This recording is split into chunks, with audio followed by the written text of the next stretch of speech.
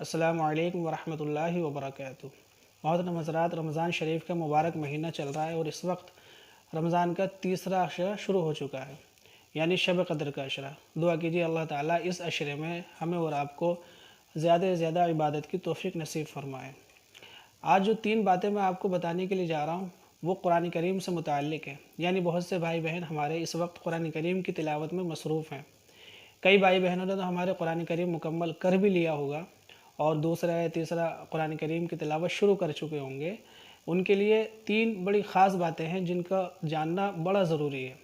پہلی بات تو یہ کہ جب ہم قرآن کریم کو مکمل کرتے ہیں تو عام طور پر قل اعوذ بالناس پر مکمل کر لیا جاتا ہے، لیکن آپ قل اعوذ بالناس کے بعد الحمد شریف شروع کر دیں اور الف لام میم سے لے کر کے ایک رکوع یا اگلے پیج کی ایک آیت ہم المفلحون تک پڑھیں۔ اس کا مقصد یہ ہے کہ آپ نے قرآن کریم کو دوبارہ شروع کر دیا، اب آپ اس کو مکمل کریں یا وہیں پر چھوڑ دیں تو یہ آپ کے لیے بہتر طریقہ ہے، ٹھیک ہے۔ اور دوسری چیز یہ ہے کہ پورے قرآن کریم میں 14 سجدے ہیں، یعنی 14 سجدوں کی آیات ہے۔ بہتر ہے کہ جب آپ کسی بھی سجدے کی آیات تلاوت کریں تو سجدہ اسی وقت کر لیں، اور سجدہ کرنے کا طریقہ یہ ہے کہ آپ جو ہے اللہ اکبر کہتے ہوئے سجدے میں جائیں اور 3 مرتبہ سبحان ربی الاعلیٰ کہتے ہوئے آپ اللہ اکبر کہتے ہوئے سجدے سے سر اٹھا لیں۔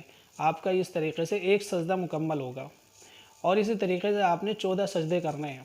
اگر آپ نے قرآن کریم کی تلاوت کرتے سمے سجدے نہیں کیے تو آپ کو یہ 14 سجدے کرنے ہی کرنے ہیں۔ اگر آپ نے یہ سجدے نہیں کیے تو آپ پر یہ سجدے کرنا بھی واجب ہے، اور نہیں کریں گے تو آپ گنہگار ہوں گے۔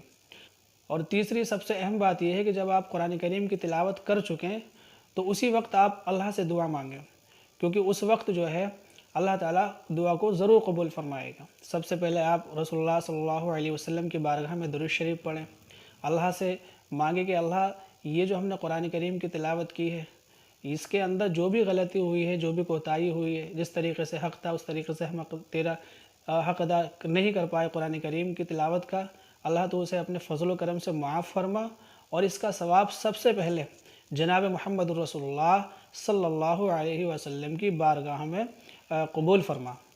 اس کے بعد آپ جو بھی اپنے مرحومین کے لیے، اپنے بھائی بہن کے لیے، اعزاء و اقارب کے لیے، جو بھی بیمار ہے اس کی شفا کے لیے، جو پریشان ہے ان کی پریشانی کے لیے، جو مصیبت میں مبتلا ہے ان کی مصیبت دور کرنے کے لیے، حتیٰ کہ جو بھی آپ جائز دعائیں مانگیں انشاءاللہ ممکن ہے کہ آپ کی دعائیں ضرور قبول ہوں گی۔ تو میری بات انشاءاللہ آپ کے سمجھ میں آ چکی ہوگی۔ اللہ تعالیٰ مجھے اور آپ کو عمل کی توفیق مرحمت فرمائے۔